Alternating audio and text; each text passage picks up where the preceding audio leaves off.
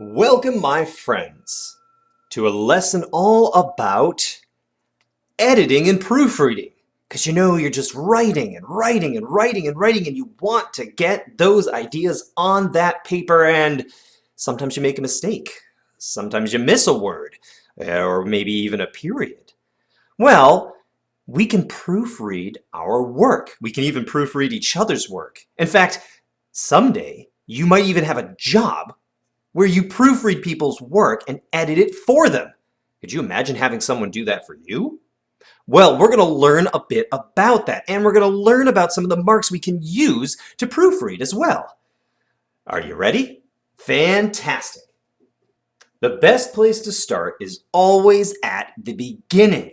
And at the beginning of any kind of sentence, we're going to have a capital letter.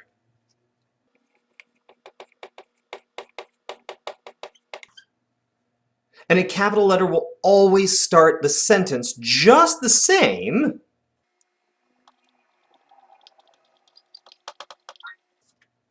that will have a period at the end of a sentence. It's like a stop sign. This idea is over. Well, there's something else we got to talk about here too. What about when a capital letter shows up somewhere else in the sentence, like in the middle, like for a proper noun? A proper noun will always have a capital letter. It's for things that are really important, like your name, the place where we live. Ooh, really, really, really important things, and things that there might only be one of. Even if it comes in the middle of a sentence, that proper noun is going to keep its capital letter. But all those common nouns, well, they'll just keep their lowercase letter, unless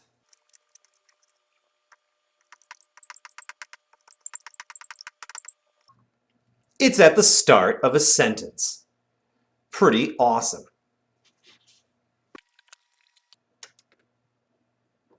Well, periods are pretty cool, but what about its friend, the comma? What do we do with commas? Well, they can do a lot of cool things. For example, we can use a comma as a conjunction. For example, I know this guy. His name is Greg. Wait, I want to take a break for a second because I want you to know about Greg. He is my neighbor. That's an idea. There's Greg. I'm going to introduce you to him. He's my neighbor. And a comma, because we're going to connect it to another idea, which is that Greg is friendly.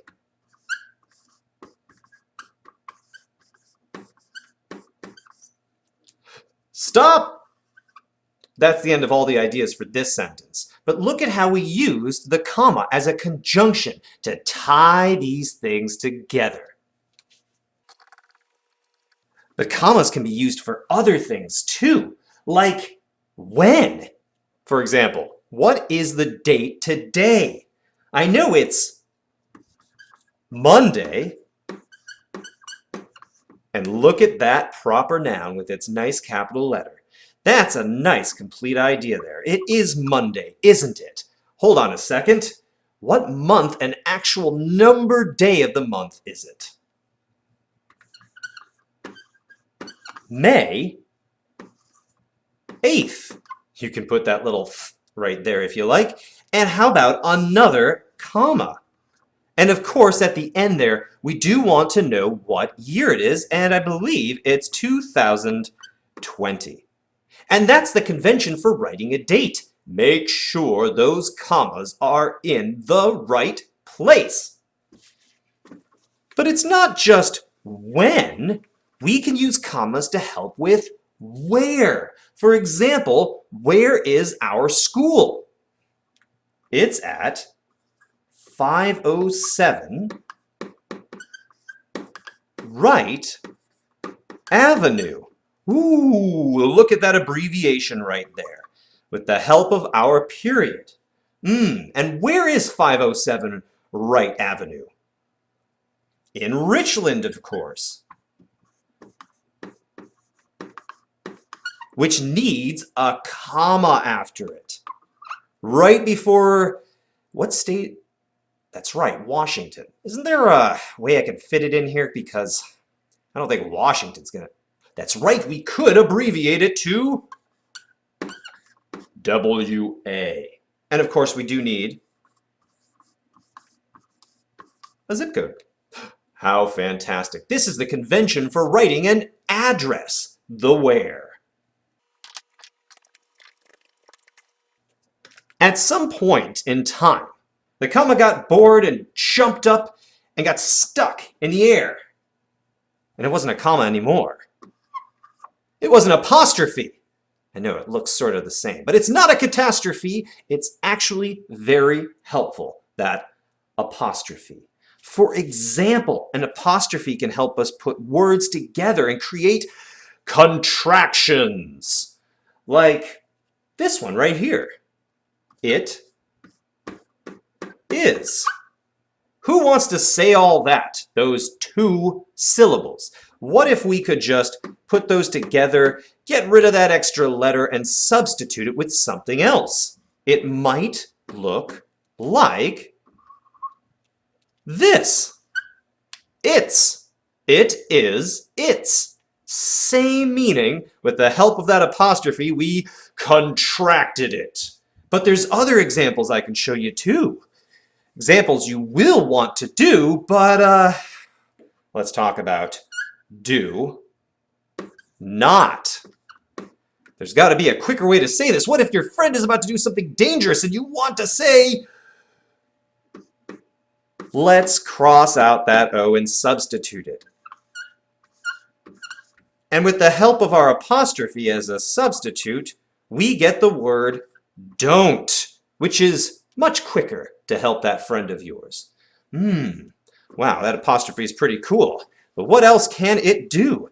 It can help us to own things. Haven't you ever wanted to own something? Well, my friend John owns something. My friend John owns a notebook. It is his notebook, I swear. We can use an apostrophe to show that he does own that notebook. Yes, the S is going to be needed there as well. It is John's notebook.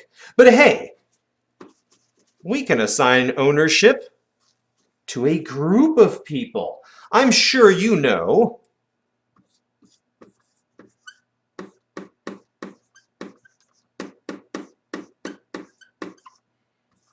the Hamilton family.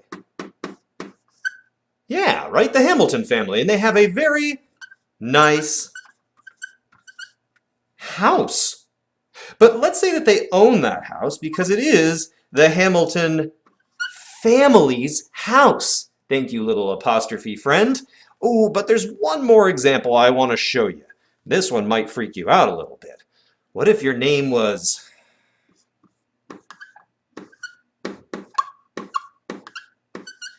Jones, but there were several of you? The Joneses. And you owned a car. The Joneses' car.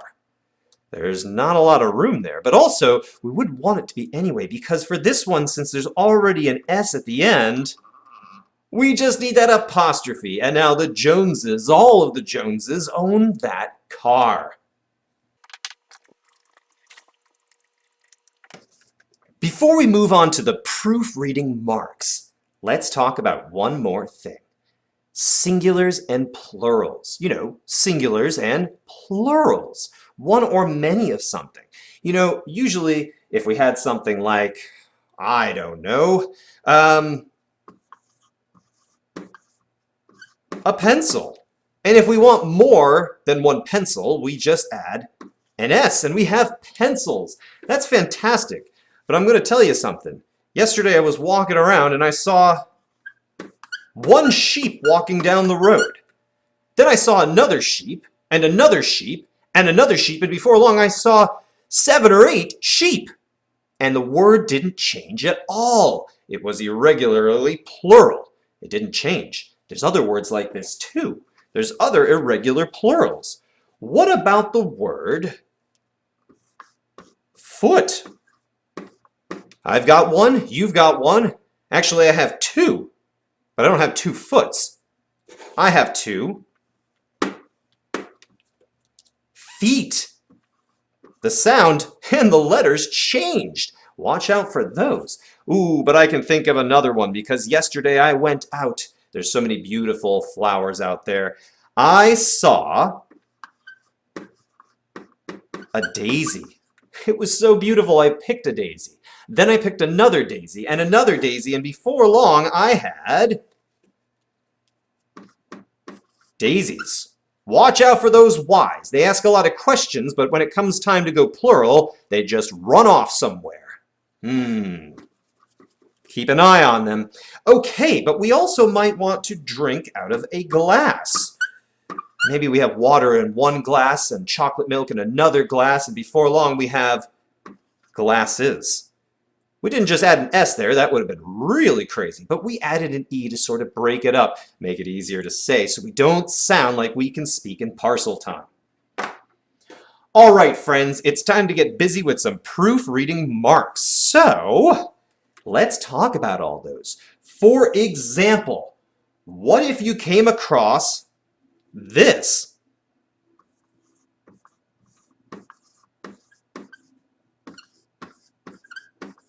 Oh my goodness, something's wrong there. That's supposed to be a capital letter. We can use a mark like this. Those 3 lines mean we need to raise it up to a capital letter. At the same time, we might come across something like this.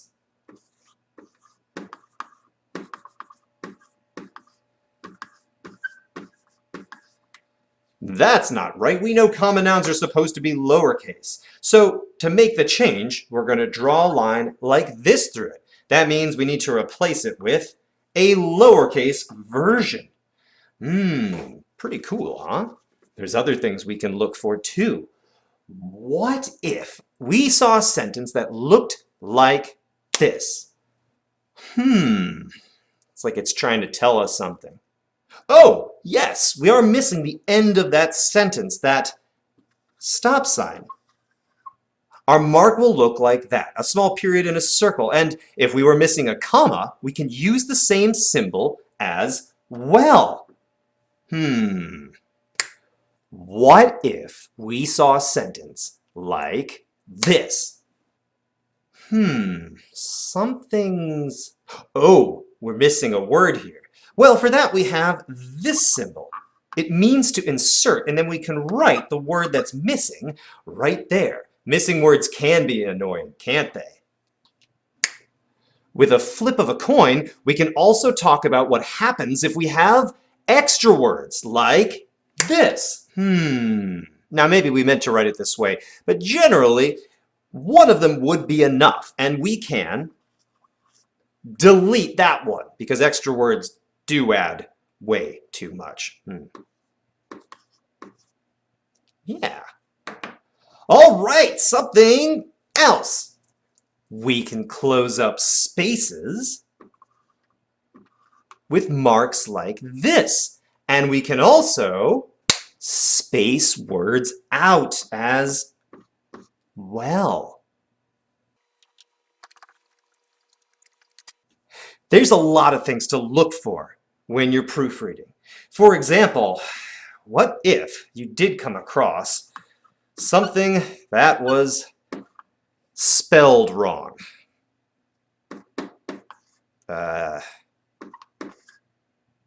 That's, yeah, you know, spellage.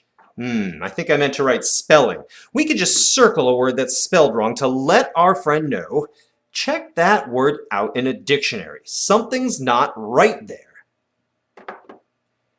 And what if they decided they were going to take the lazy route and just write something like,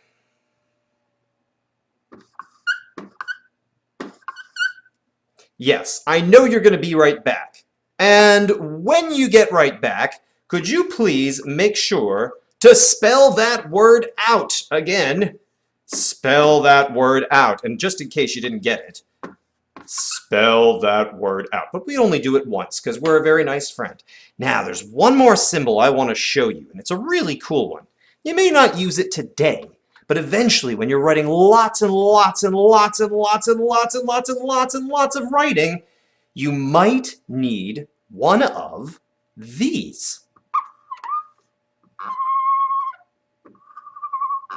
And maybe you've seen one of these. It's called a pilcrow, or even a blind P.